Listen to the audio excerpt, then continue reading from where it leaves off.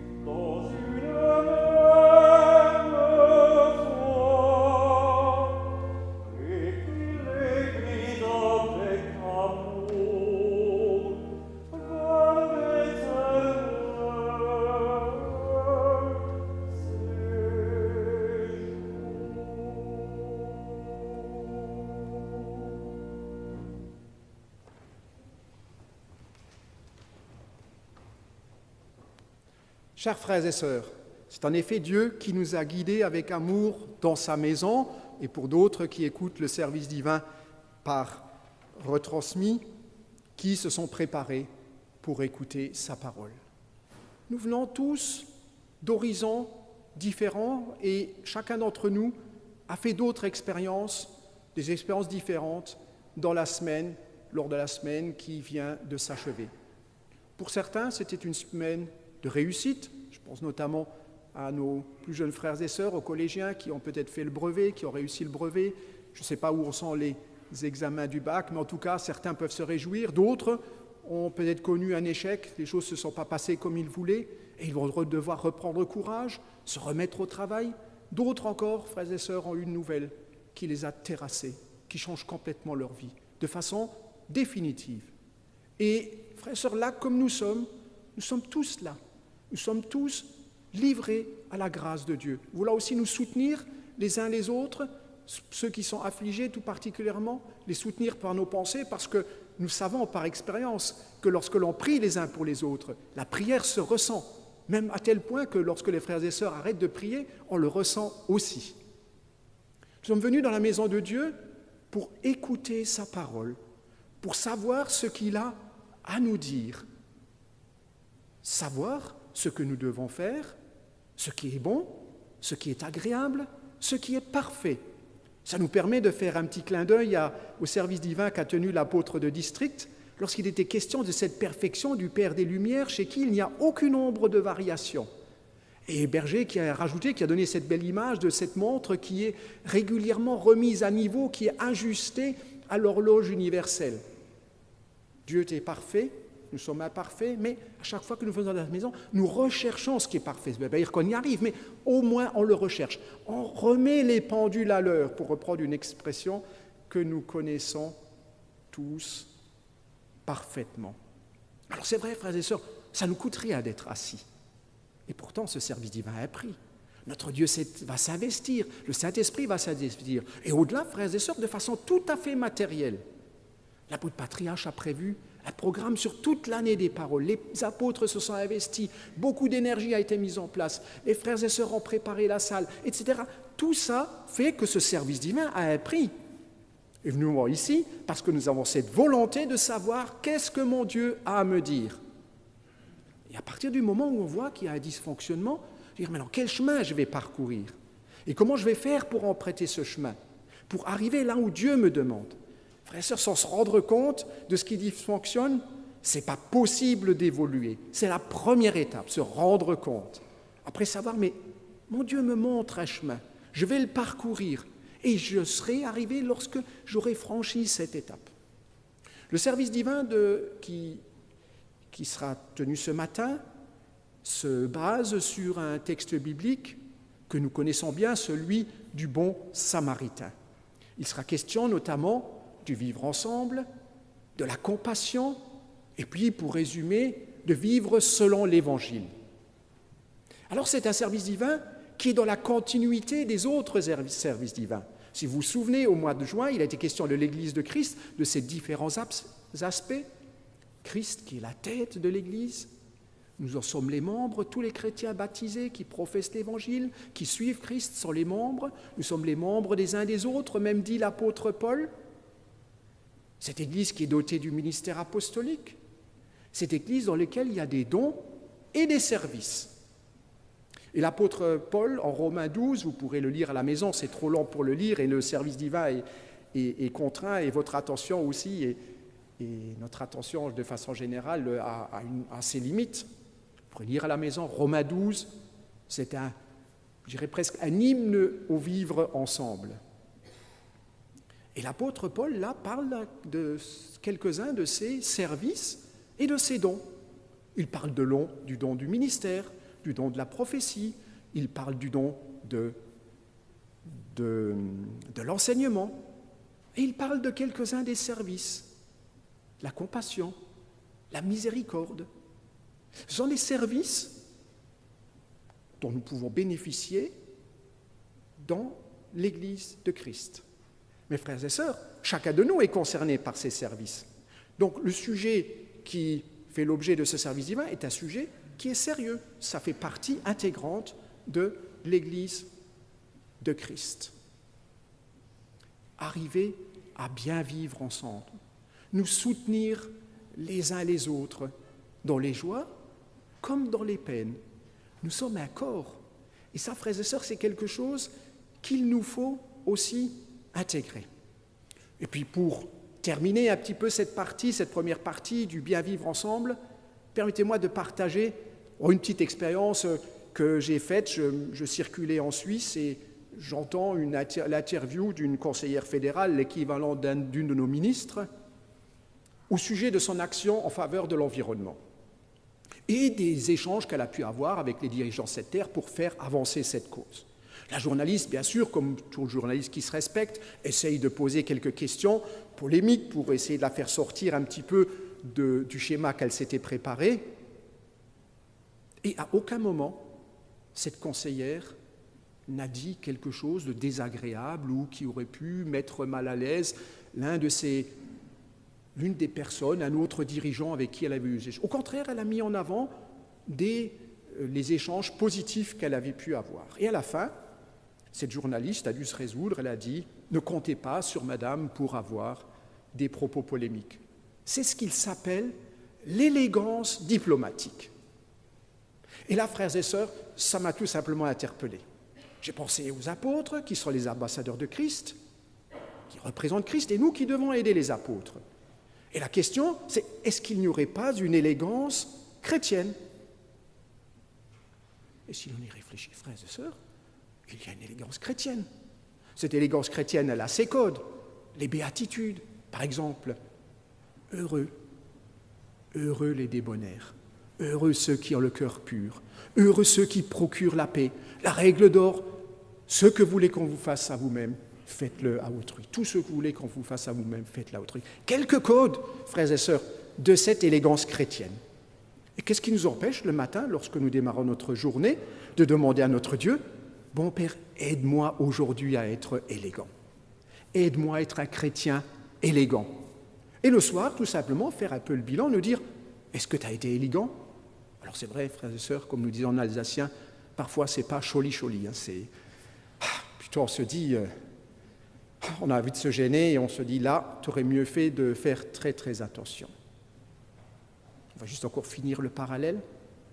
Chacun d'entre nous voudrait pouvoir se payer le luxe d'un créateur. C'est ceux que l'on admire qui font des vêtements d'une qualité, d'une beauté exceptionnelle qu'on rêverait de pouvoir porter, mais qu'aucun d'entre nous ne peut porter, bien entendu. Et alors qu'en fait, frères et sœurs, en ce qui se rapporte à notre qualité de chrétien, nous avons un Créateur juste à notre disposition, le Saint-Esprit. Ce Créateur qui est capable de créer toutes choses nouvelles. Pourquoi ne faisons-nous pas appel plus souvent à lui? Et puis, frères et sœurs, maintenant venons-en à cette partie un peu plus spéciale du vivre ensemble, qui est la compassion, qui est le sujet de ce texte biblique. Là, le Seigneur, en maître de la parabole, éclate de précision, de capacité à nous faire comprendre les choses, sans même donner un mot de plus d'explication. Simplement en entendant, en lisant cette parabole, chacun d'entre nous, du plus petit au plus grand, du plus jeune au plus âgé, chacun est capable de comprendre et se confronter à cette parabole. Alors elle est exprimée, pour la comprendre pleinement, il faut la remettre dans son contexte. Jésus était très heureux à ce moment-là. Ses disciples étaient revenus, il les avait envoyés, ils sont revenus, ils lui ont parlé des hauts faits, et Jésus a échangé avec eux, il a même remercié son Père. Et il dit à ses disciples, ne soyez pas fiers de ce que les esprits vous soient soumis, mais plutôt soyez heureux que votre nom soit inscrit dans les cieux. C'est vraiment un moment de joie où le Seigneur est en communion avec ses disciples, les choses se passent bien pour une fois, il n'est pas... Voilà. Et il y a un docteur de la loi qui l'interpelle et qui veut le mettre un petit peu en difficulté. Un docteur de la loi se lève et dit à Jésus pour l'éprouver, « Maître, que dois-je faire pour hériter la vie éternelle ?» C'est une information qui est intéressante. Et le Seigneur lui dit, qu'est-ce qu'il est écrit dans la loi? Et c'est là que c'est le docteur de la loi qui exprime ce commandement. Il répond, tu aimeras le Seigneur ton Dieu de tout ton cœur, de toute ton âme, de toute ta force et de toute ta pensée ton prochain comme toi-même. Et le Seigneur lui dit là, tu as bien répondu, fais cela et tu vivras. Et voilà, il est un peu déboussolé, il n'est pas embêté parce que ce qu'il voulait faire au départ, c'est juste un flop. Et il continue, il dit, mais c'est qui mon prochain? Et c'est là que le Seigneur lui donne cette explication de ce malheureux qui est là, qui gît dans le fossé, qui est blessé, qui est vraiment sans ressources, sans aide. Il y a un sacrificateur qui passe, il passe son chemin. Il y a un lévite qui passe, il passe son chemin. Et là, le Samaritain. Donc le Seigneur là confronte volontairement, c'est une histoire, il confronte volontairement deux personnes qui étaient considérées par le peuple juif, le sacrificateur dont la mission était de servir Dieu, d'enseigner la loi et aussi de faire d'intermédiaire, d'exprimer les besoins du peuple à Dieu et de répondre. On était l'intermédiaire entre le peuple et Dieu. Et le Lévite, qui était celui qui l'aidait dans ses tâches. Donc des personnes reconnues, d'un autre côté, une personne qui était mal considérée. Et là, le docteur de la loi était obligé de répondre que celui qui était le prochain, c'est celui qui avait fait œuvre de compassion. Alors on peut se dire, oui, mais le sacrificateur et le lévite, mais finalement, ils n'avaient pas grand-chose à donner. Ah si, ils auraient pu lui rappeler la loi. Le sacrificateur, il n'avait rien à sacrifier, et puis ils auraient pu rappeler la loi au pauvre malheureux, mais ça n'aurait pas sorti le pauvre malheureux du fossé, et ça ne l'aurait pas guéri. Le Samaritain, il a juste pris ce qu'il avait. Il n'avait pas grand-chose. Il avait de l'huile et du vin. Et avec les connaissances d'aujourd'hui, on peut se dire que l'huile et le vin, c'était bien, mais ce n'était pas non plus la panacée. Il a mis une auberge, il a payé, et il a même dit à l'aubergiste, je reviendrai et je te payerai en plus. C'est-à-dire qu'il a pensé même plus loin que les choses. Alors cette compassion, frères et sœurs, c'est quelque chose que le Seigneur nous demande de pratiquer. Ce n'est pas quelque chose que l'on peut faire ou que l'on ne peut pas faire. Le Seigneur dit là, fais cela et tu vivras. C'est-à-dire, tu auras le salut, tu auras la vie éternelle, parce que c'est de ça qu'il s'agit. C'est ça la question initiale du docteur de la loi. C'est le salut, la vie éternelle. Alors c'est vrai que Jean, lui, dans son épître, insiste sur les sacrements. Il faut renaître d'eau et d'esprit. Et Luc nous donne là un autre éclairage de la volonté du Seigneur. Les deux choses sont importantes. La foi, les sacrements, et les œuvres. Alors la compassion, frères et sœurs, c'est cette capacité à ressentir avec respect, et j'insiste sur ce mot-là, respect, parce qu'on n'arrive pas comme un bulldozer lorsque quelqu'un est à terre. On n'arrive pas avec des grandes vérités, avec des certitudes, avec des convictions.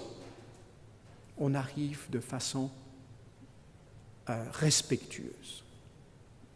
Et l'on écoute, et l'on partage. C'est ce que le Seigneur attend de nous, que l'on ne passe pas outre. Alors c'est vrai que notre société aujourd'hui est structurée, on parle même d'amortisseur social dans notre société, tout est organisé, on prend le téléphone, on compose le numéro, SAMU, j'écoute.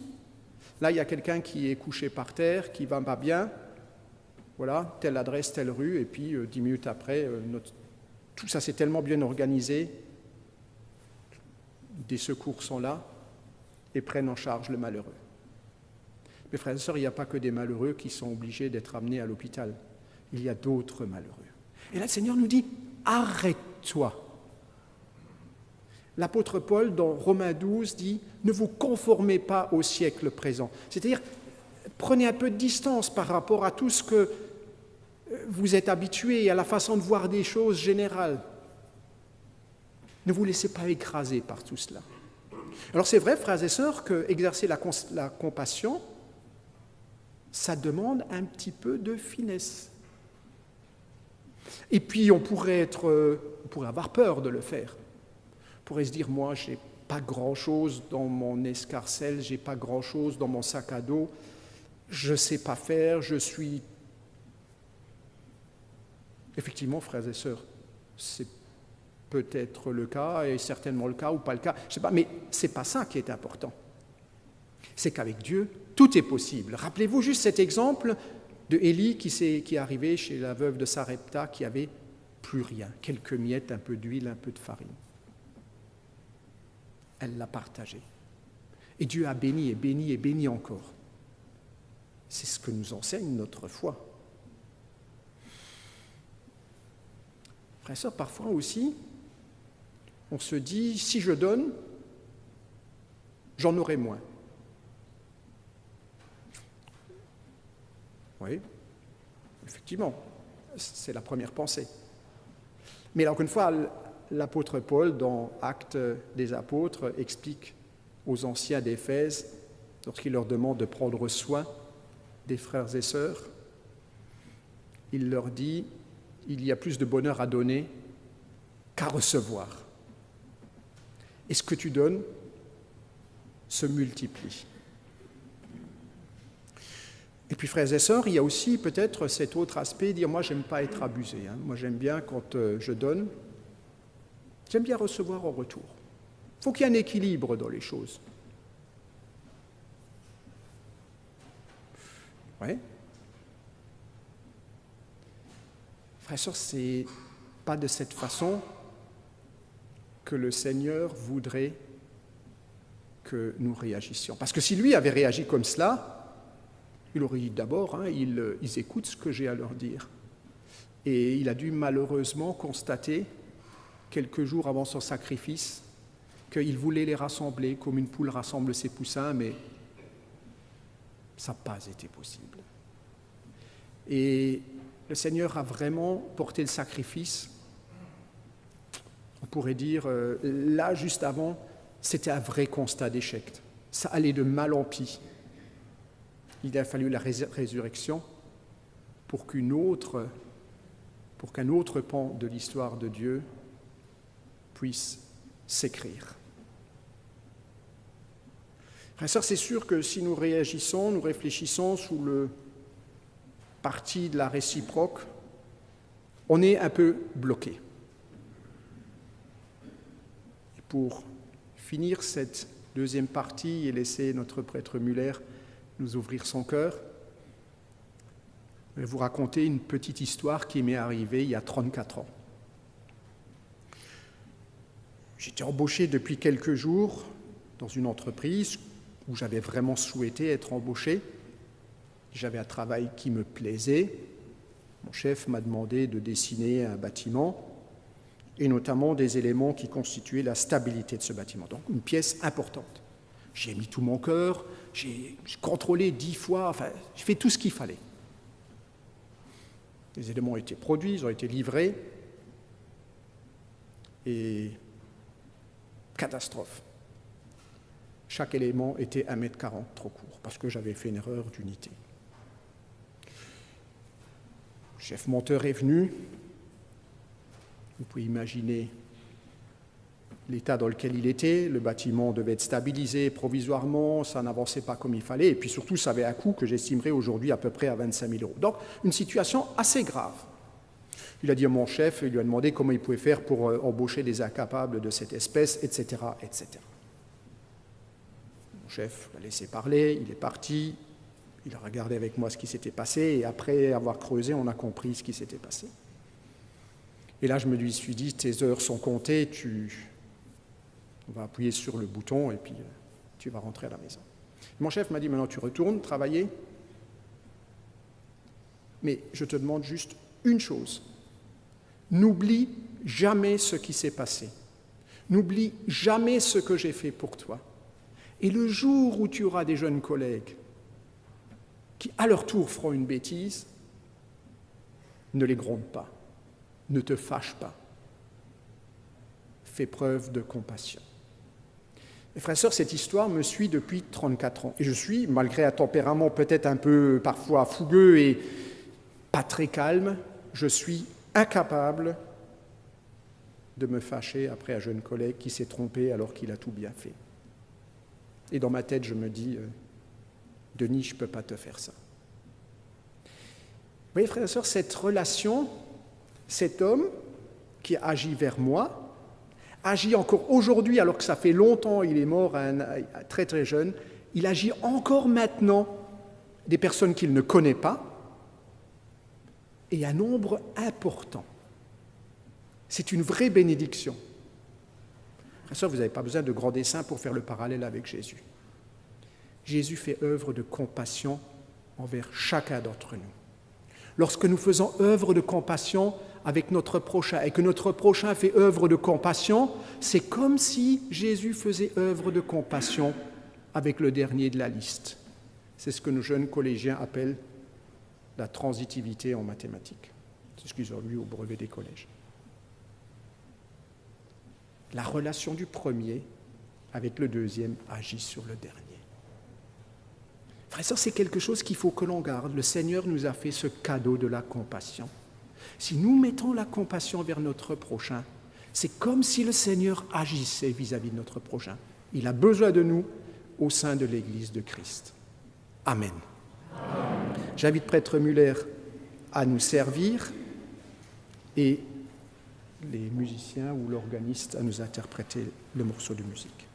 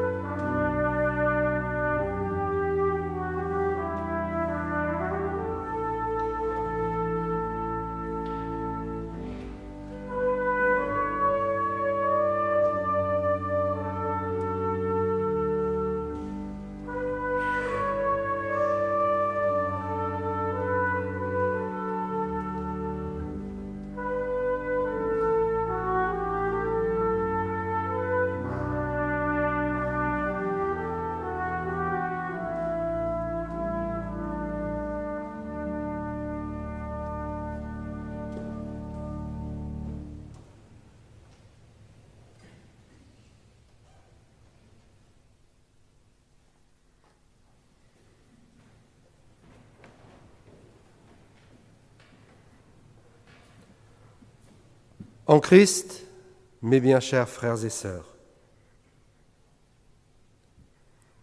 la parole de ce matin, ou plutôt cette histoire du bon samaritain, me fait dire, c'est notre vie de tous les jours.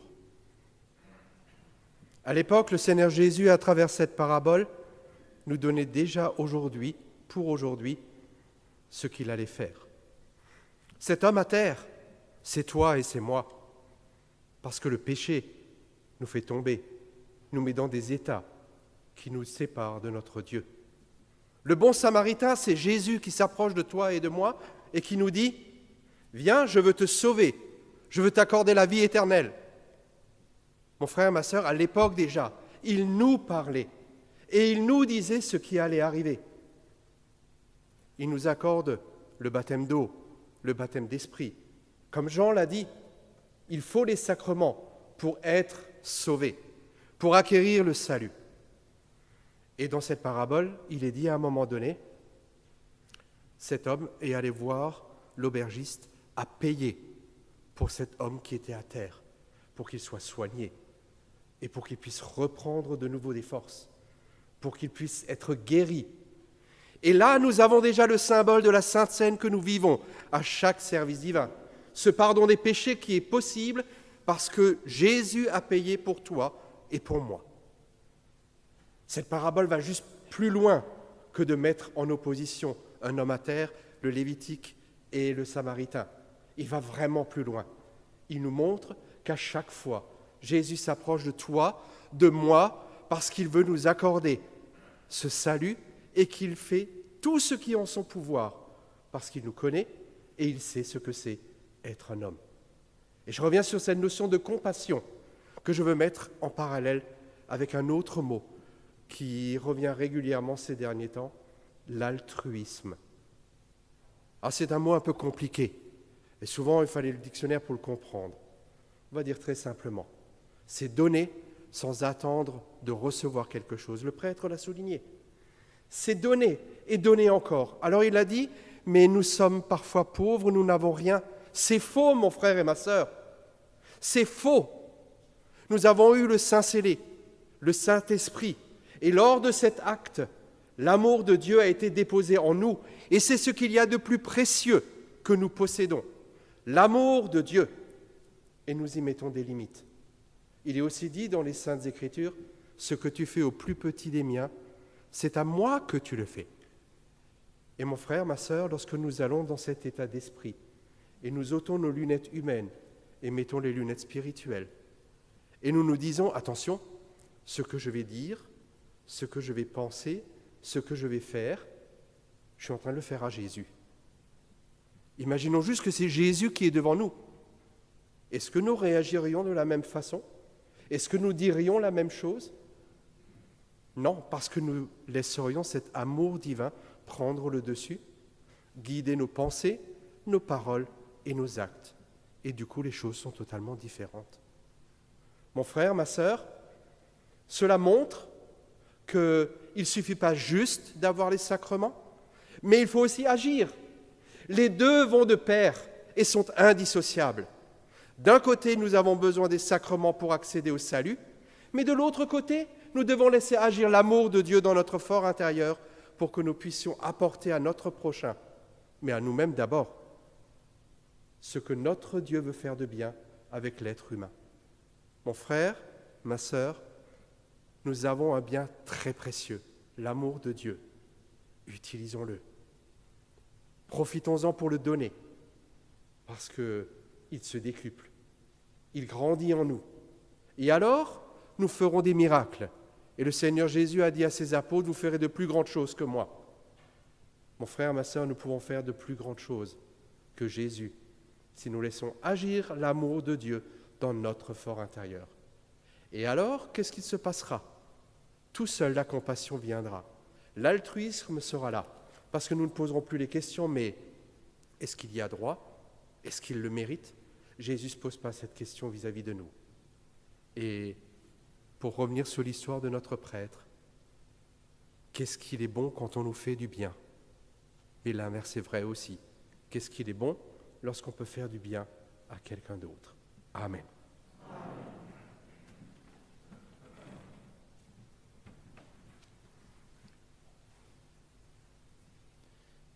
Frères et sœurs, le prêtre a dit que Jésus n'attend pas de remerciement, pas de retour.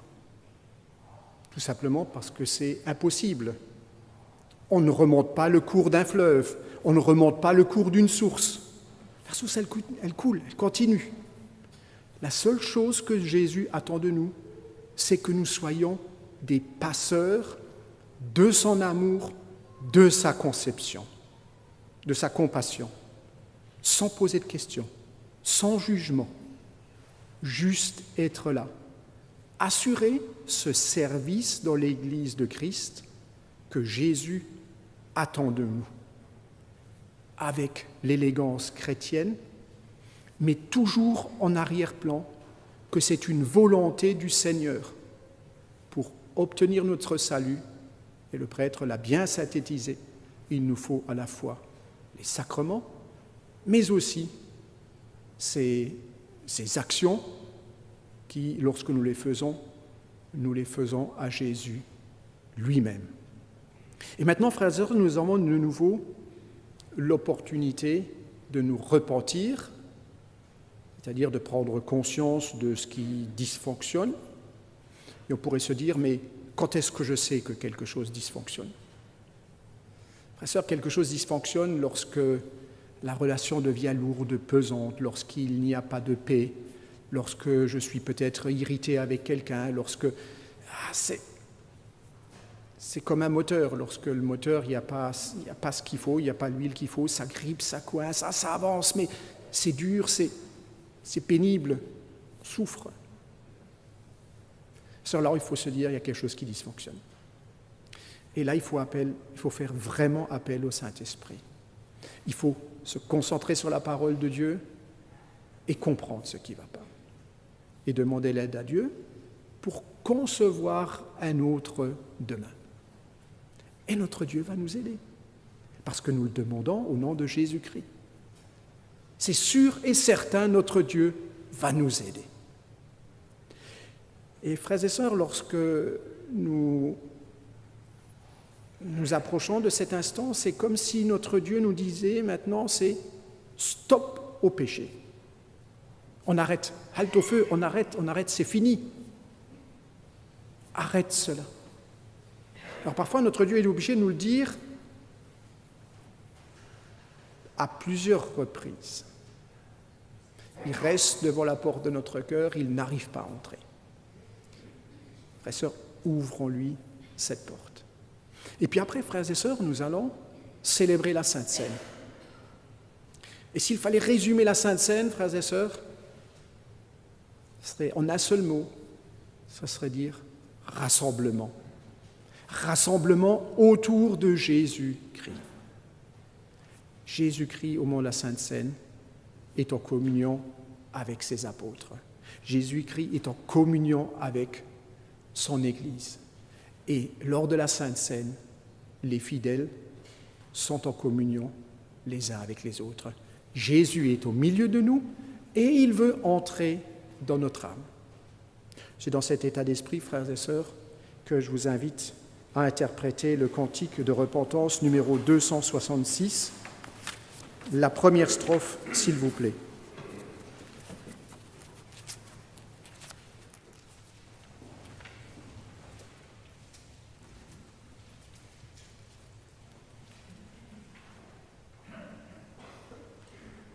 La première et la deuxième strophe, s'il vous plaît.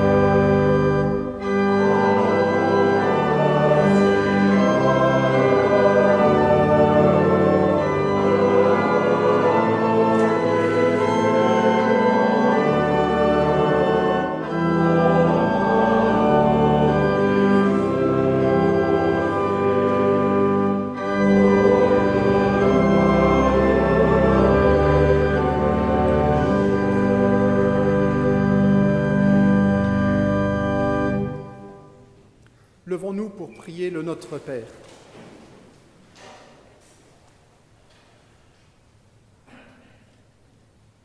Notre Père qui es aux cieux, que ton nom soit sanctifié, que ton règne vienne, que ta volonté soit faite sur la terre comme au ciel. Donne-nous aujourd'hui notre pain quotidien. Pardonne-nous nos offenses, comme nous pardonnons à ceux qui nous ont offensés. Ne nous induis pas en tentation, mais délivre-nous du mal, car c'est à toi qu'appartiennent dans tous les siècles le règne, la puissance et la gloire. Amen. Selon la mission que j'ai reçue de l'apôtre mon mandant, je vous annonce la bonne nouvelle. Au nom de notre Seigneur Jésus-Christ, le Fils du Dieu vivant, vos péchés vous sont pardonnés. La paix du ressuscité soit avec vous. Amen. Amen. Mon Père, nous sommes reconnaissants qu'une nouvelle fois, tu aies pardonné les péchés dont nous nous sommes repentis. S'il te plaît, dépose ta bénédiction sur notre volonté de mieux faire et de ne plus pécher. Mon Père, nous nous souvenons de ces instants, de ce moment où le Seigneur a institué la Sainte Seine. Il était dans une angoisse profonde, il savait ce qu'il attendait, il savait qu'il allait être trahi. Et pour autant, il n'a pas laissé de côté celui qui allait le trahir. Mon Père, nous te remercions d'avoir envoyé ton Fils sur cette terre. Nous sommes reconnaissants à Jésus qu'il ait porté le sacrifice et qu'il ait réussi à surmonter ces atroces souffrances. Amen. Amen. À présent, nous allons fêter la Sainte Seine.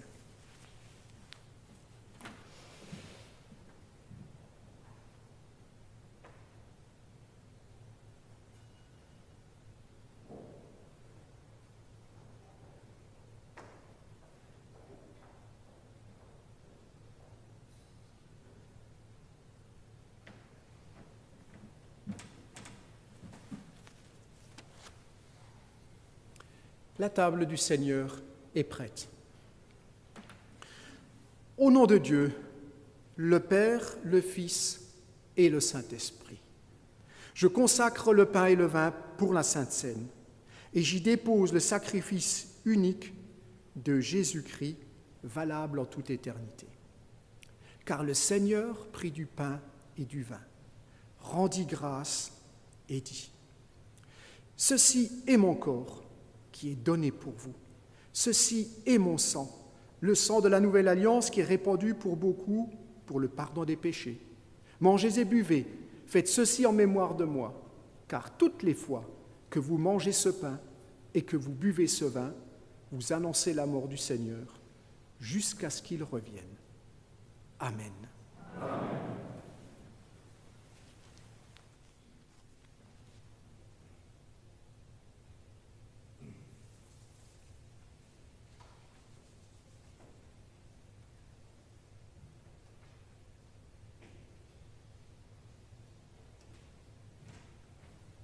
Le corps et le sang de Jésus donnés pour toi. Amen.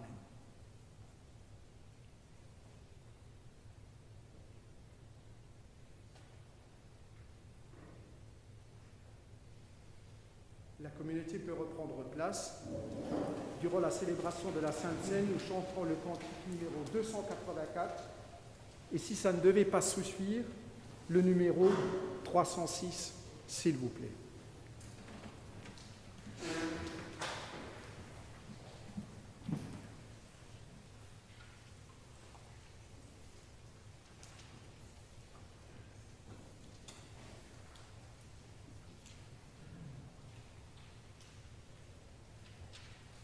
Corps et sang de Jésus donné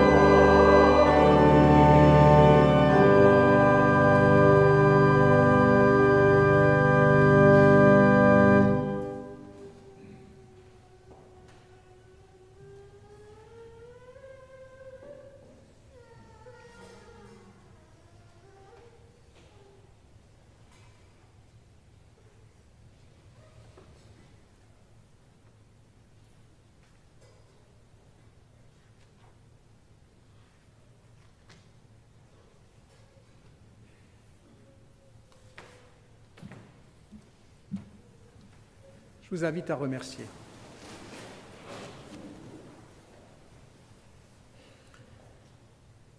À la fin de ce service divin, bon Père, nous nous présentons devant toi avec un cœur reconnaissant. Tu nous as indiqué ta volonté. Il convient pour chacun d'entre nous de le traduire de façon concrète dans notre vie avec ton aide. Tout seul, nous n'arriverons pas à le faire. Nous avons besoin pour cela de la sagesse, de l'aide, du soutien du Saint-Esprit. Tu voudras nous aider, mon Père, à être des chrétiens élégants, emplis de compassion pour notre prochain. Maintenant, mon Père, nous souhaitons aussi, avant de nous séparer, te confier nos frères et sœurs qui vont reprendre leur fardeau, qui sont toujours confrontés à ces difficultés de la vie et de l'existence, et te demander de prendre soin d'eux. Nous essaierons de faire notre part, mais la plus grande part, mon Père, c'est que toi qui peux la faire. Une dernière prière, c'est celle que tu abrèges les temps et que tu envoies ton Fils accomplir sa promesse. Amen. Amen. Que la grâce du Seigneur Jésus-Christ, l'amour de Dieu et la communion du Saint-Esprit soient avec vous tous. Amen.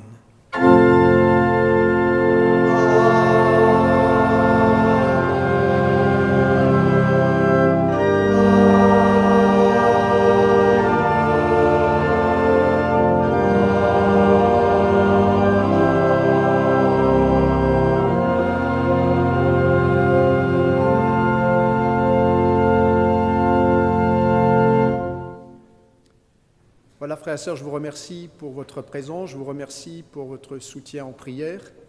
Je souhaite à chacun un beau dimanche encore et les forces dont il a besoin pour le pèlerinage terrestre durant la semaine à venir. Et jusqu'à la prochaine fois, nous disons au revoir. Les musiciens ont encore prévu une interprétation et après la retransmission sera interrompue.